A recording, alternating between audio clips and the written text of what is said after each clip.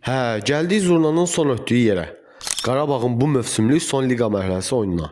Rəqib İngiltərənin ən böyüklərindən olan Liverpool komandasıdır. Mən sizin üçün bu oyunu analiz edim. Siz də kanala abunə olub videomu bəyənməyi unutmayın.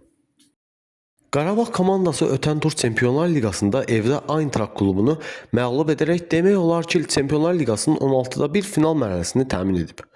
Klub bundan sonra yalnız möcüzə sayəsində liqa mərhələsində dayana bilər. Ancaq burada bəzi nüanslar var ki, Liverpool klubundan xal almağı vacib edir.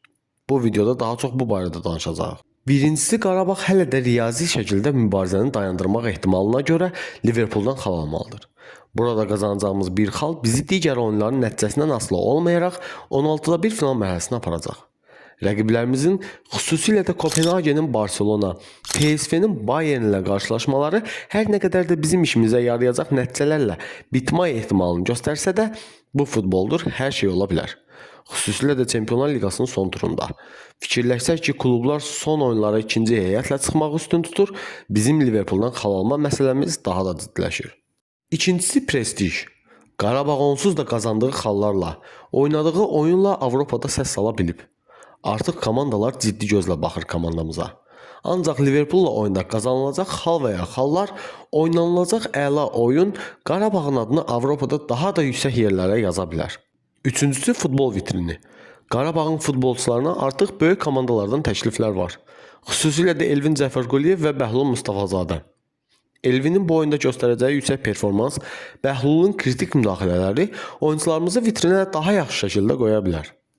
Bütün bunları nəzərə alanda komandamız üçün bu oyun kritik sayıla bilər. Ancaq bir şey də unutmayaq ki, Liverpool hələ də 8-də 1 finalı tam təmin etməyib və bu oyuna 3 xal qazanmaq üçün çıxacaq. Buna görə də istənilən nəticədə komandamızı son ana qədər dəstəkləməliyik. Biraz da turnir cədvəlindəki rəqiblərimizin vəziyyətinə baxaq. Bizdən aşağıda 9 komanda var və bunlardan 3-ü Qarabağ keçməsi üçün udmamalıdır.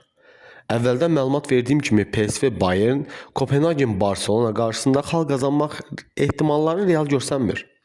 Bilbao isə ilk 8-lik uğrunda savaşan Sporting ilə, Monaco Juventusla, Brüggedə 24-lüyə düşmək istəyən digər bir komanda Marseille ilə qarşılaşacaq. Ancaq bu futboldur, hər şey ola bilər. Buna görə də komandamıza Liverpool qarşısında uğurlar arzu edirik. Bu arada bilmirəm şansdandır, ya nədəndirsə, bəlkə də UEFA-nın bir oyunudur. Bu tur əsli nəsli, etnik kökənləri türk olan komandalar İngiltərəyə səfər edib. Kayrat Arsenalın, Galatasaray Manchester City'nin, Qarabağda Liverpoolun qonağıdır. Hər üç klubumuza da can könüldən uğurlar arzu edirik.